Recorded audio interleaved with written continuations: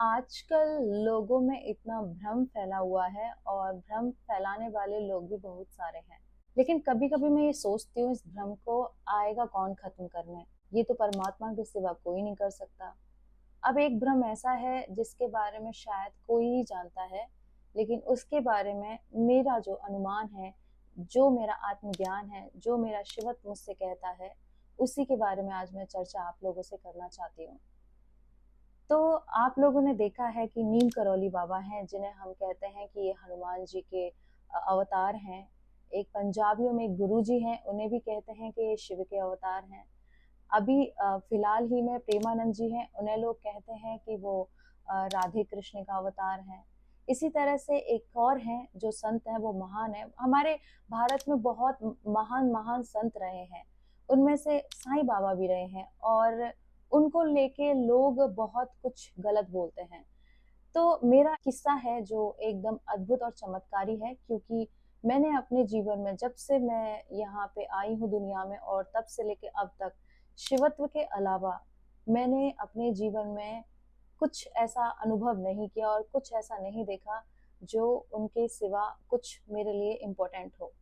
तो इसीलिए मैं ये बात रखना चाहती हूँ कि जब आप बाहरी दुनिया में रहते हैं, बाहरी दुनिया अर्थात आप अपने काम-काज में लगे रहते हैं, आप अपने काम में रहते हैं, अपनी गृहस्थी में व्यस्त रहते हैं, तो आपको आपको जानने का समय ही नहीं मिलता है। जहाँ से अब जैसे टीवी हो गया और बहुत सारे कथावाचक है, तो जो औरतें होती हैं वो ज़्यादातर उन्हीं को सुन के सच मान लेती हैं। लेकिन हमारे शास्त्र इतने हैं, तो क्या होता है उनको तो कोई पढ़ता नहीं है, लेकिन हाँ, वो लोग कुछ-कुछ बोलते हैं तो उनको लगता है कि यही सच है और इसके कारण पूरी सच्चाई किसी को पता चल नहीं पाती है और इस कारण भ्रम फैलता है। इसी तरह हमारे हिंदू भाई हैं, वो भी कुछ ख़ास हमारे शास्त्रों को या हमारे मतलब संस्कृति को ज़्यादा जानते नहीं हैं। बस वो भी टीवी में देख के या कुछ इधर-उधर से सुन लिया तो जान लिया। वो उतना काफ़ी नहीं है, क्योंकि हमारे शास्त्र, वेद, पुराण ये भी एक सीमाओं में बंधे हुए हैं कि उससे आगे का जो ज्ञान है, वो आत्मज्ञान होता है। उसको आपने सीख लिया। जैसे मेरी भी एक जर्नी रही है जिसमें मैंने यात्राएँ करी हैं, शास्त्र पढ़े हैं, लेकिन उसके बाद भी संतुष्टि नहीं मिली। तो उसके बाद जब कोई कहता कि तुम्हें ये बात माननी है, तो मेरा मन नहीं कहता था। लेकिन मेरा आत्मज्ञान जो शिवत्व था, हमेशा मुझे सही उत्तर देता था कि इसका आंसर ये रहेगा। तो मैंने हमेशा उसी को माना। तो होता क्या है कि जब हम इंसान अपने आप को नहीं जानता है, तो वो हर किसी को किसी न किसी का अवतार बता देता है। तो इसी तरह से जो नीम करौली बाबा थे, वो हनुमान जी के बहुत बड़े भक्त थे।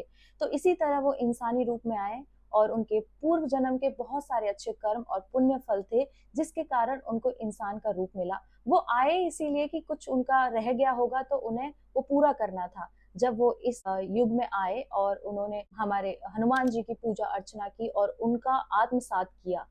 आत्मसात जब आदमी करता है तो वो परमात्मा के समान हो जाता है, क्योंकि आत्मा ही हमारी परमात्मा होती है।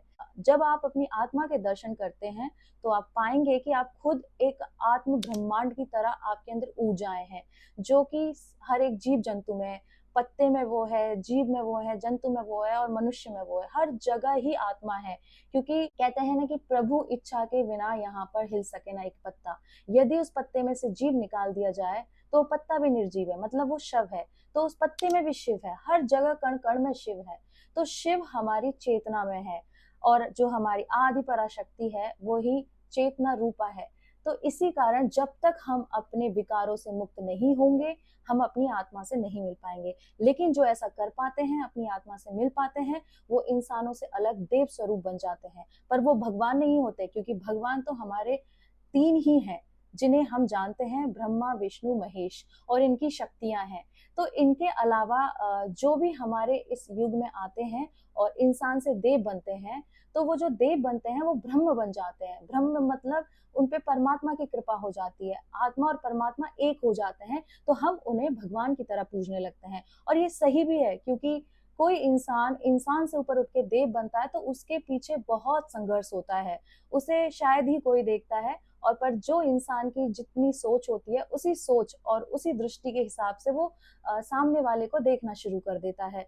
पर उस ब्रह्म को अभी तक कोई जान नहीं पाया है। उसको जानने के लिए आपको एक पूरी यात्रा करनी पड़ेगी, तब आप इसे जान पाएंगे। इसी तरह से हमारे प्रेमानंद जी महाराज हैं, उन्हें राधा कृष्ण का स्वरूप बोलते हैं, लेकिन वो राधा कृष्ण के स्वरूप नहीं है, वो प्रेमानंद जी ही हैं, लेकिन उनकी आत्मा में जो शिव है, जो राधा रानी है, जो कृष्ण है, वही उन्हें एक अद्भुत संत बनाती है। और हम उनसे कहते हैं कि ये राधा कृष्ण का स्वरूप है, पर वो ब्रह्म हो चुके हैं, जीते जी वो मुक्त हो चुके हैं। जब आप अपनी आत्मा से मिलते हैं तो आप जीवन मुक्त हो जाते हैं। इसी तरह से जो गुरु जी हैं उन्हें शिव का स्वरूप बोलते हैं, पर वो ब्रह्म है, वो शिव के स्वरूप नहीं है, वो शिव के दास है, शिव के भक्त हैं, लेकिन उन पर कृपा है परमात्मा की, तो वो भगवान स्वरूप हो गए। इसी तरह से महावीर जी हैं, बुद्ध है। पर अब आते हैं संत हमारे जो साईं बाबा हैं उनके बारे में। मैं एक बार उनके मंदिर में गई थी और किसी कारण से मंदिर के अंदर नहीं गई। मेरे साथी जो लोग थे वो सब अंदर गए।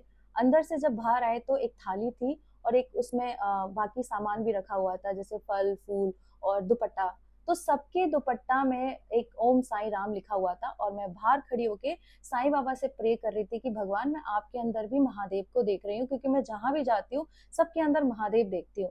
तो जब मेरी थाली बाहर आई और जब मैंने उसमें दुपट्टा देखा, सबके दुपट्टे में लिखा हुआ था ओम साईं राम और सिर्फ मेरे में लिखा हुआ था ओम नमः शिवाय। तो ये एक अद्भुत चमत्कार था मेरे लिए, जो कि प्रमाण करता था कि नहीं, शिव तेरे अंदर ही है और शिव वाली जो ऊर्जा है हर कोई मानता है। अब होता क्या है, साईं बाबा जब जन्मे थे एक ब्राह्मण परिवार में जन्मे थे साउथ में। उनके बारे में कोई जानकारी लोग जुटा नहीं पाए। उनका जो बचपन से जब बड़े हुए उन्होंने बहुत संघर्ष किया। जब उनका जीवन के बारे में पढ़ोगे तो सच्चाई पता चलेगी। जब वो छोटे थे और जब धीरे धीरे बड़े हो रहे थे तो उन्होंने जीवन में बहुत कुछ देखा। उसी बीच अच्छे लोगों की संगति उनकी आई तो उन्होंने मुस्लिम धर्म को सीखा और हिंदू धर्म को सीखा। लेकिन जिस वक्त वो आए थे उस वक्त सारे धर्म पंथों में बढ़ चुके थे, हिंदू मुस्लिम ये वो। और उसके बिहाफ पे लोग क्या कर रहे थे, एक दूसरे को मार पीट काट रहे थे। तब उस वक्त जब साईं आए थे तो उन्होंने सबको एक ही चीज सिखाना था, लड़ो भिड़ो मत, सबसे बड़ा जो धर्म है वो इंसानियत का धर्म है। इस धर्म को तुम मानो, इस धर्म को यदि तुम मानते हो तो सबका मालिक एक ही है, मतलब परमात्मा एक ही है। तो वो ये चीज सिखाने आए थे। अब क्या हुआ कि हिंदू वाले बोलते हैं कि वो मुस्लिम है, मुस्लिम वाले बोलते हैं कि वो हिंदू है। अब वो संत जो अब परमार्थ के लिए, जन कल्याण के लिए अपना जीवन न्यौछावर कर दिया, वो एक पर ब्रह्म बने इंसानी रूप में और भगवान का उनके ऊपर आशीर्वाद है। आज मंदिर है तो वो परमात्मा के आशीर्वाद की वजह से ही बने हुए हैं और लोग उन्हें मानते हैं, तो उनके ऊपर पर ब्रह्म परमात्मा शिव का आशीर्वाद है, तभी उन्हें पूजा जाता है। लोग उन्हें हिंदू मुस्लिम में बांट रहे हैं। अरे उन्होंने जो सिखाना था वो इंसानियत धर्म सिखाना था, वो ना सीख के लोग ऐसे ऐसे विचार रखते हैं कि आप मंदिर में मत रखो, वो भूत है, कोई पूजा की जाती है, ब्ला ब्ला ब्ला। पर ये इतना गलत है। मुझे ऐसा लगता है कि आपकी फैन फॉलोइंग होना, आप समाज में प्रतिष्ठित होना, आपको शास्त्रों का ज्ञान होना, ये बस सीमित है। जो आप खुद को तक नहीं जानते हैं, आपको खुद की पहचान नहीं है और आप किसी के बारे में इतना सब कुछ बोल देते हो। जब मैं ये सुनती हूँ तो मेरा मन बहुत विचलित होता है कि मैं समझती हूँ कि इस दुनिया में लोगों को सच नहीं पता, इतना भ्रम फैला हुआ है।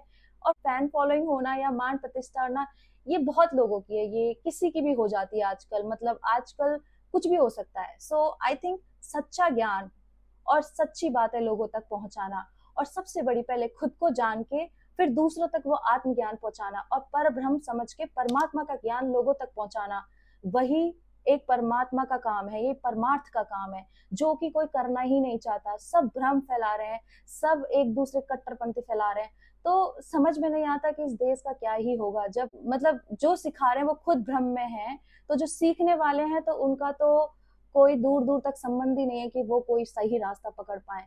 तो इस बात को समझने की बहुत जरूरत है। पहले तो अपने शास्त्रों को उठाकर पढ़ो, जब उसको पढ़ोगे तो कुछ ज्ञान आपके अंदर जाएगा, तो आपके अंदर कुछ तो समझ आएगी कि मैं यहाँ क्यों हूँ, किस लिए आया हूँ, आखिर सच क्या है। क्योंकि सच एक ही है, वो है परमात्मा शिव। इसके सिवा जो हम देखते हैं वो सब एक भ्रम है और इसी माया में सब उलझे हुए हैं। और परमात्मा की जो माया है वो इतनी इतनी प्रगाढ़ है कि उसको तोड़ पाना बिना परमात्मा के संभव है ही नहीं। तो इस वीडियो के माध्यम से मैं सबको बताना चाहती हूँ कि जो जन कल्याण के लिए अपना जीवन त्याग दे और परमार्थ के लिए अपने आप को ब्रह्म बना चुका हो, उसके बारे में गलत ना बोला जाए। क्योंकि समस्या वो है, वो हनुमान जी के भक्त है या शिव के भक्त हैं, बस उनके साथ एक ही समस्या थी कि उन्होंने बस अपने आप को जाना, ब्रह्म हुए और परमात्मा बन गए। इसीलिए इंसानियत सिखाने आए थे, सब इंसानियत को छोड़ के उन पे बस इधर-उधर वाली चीज़ें करना शुरू कर दिया। तो ये बहुत गलत है और मैं सभी हिंदू भाई और सनातनी लोगों से कहना चाहूँगी कि बस सच्ची चीज़ को समझें, अपनी आत्मा तक पहुँचो। जब आप अपनी आत्मा तक पहुँचोगे ना, आपका आत्मज्ञान ही आपको शुद्ध चेतना के साथ-साथ शुद्ध ज्ञान देगा, क्योंकि शुद्ध ज्ञान, शुद्ध चेतना के अलावा इस ब्रह्मांड में कुछ है ही नहीं। तो इस बात को समझने के लिए आपको मेहनत करनी पड़ेगी। अपने धर्म को समझिए, अपने आप को समझिए और जो भ्रम में हो और जो भ्रम वाली बात आप लोग उसे करते हैं, कृपा करके उनसे दूर रहिए। और मेरे साथ बोलिए ओम नमः पार्वती पतये हर हर महादेव शिव शंभो।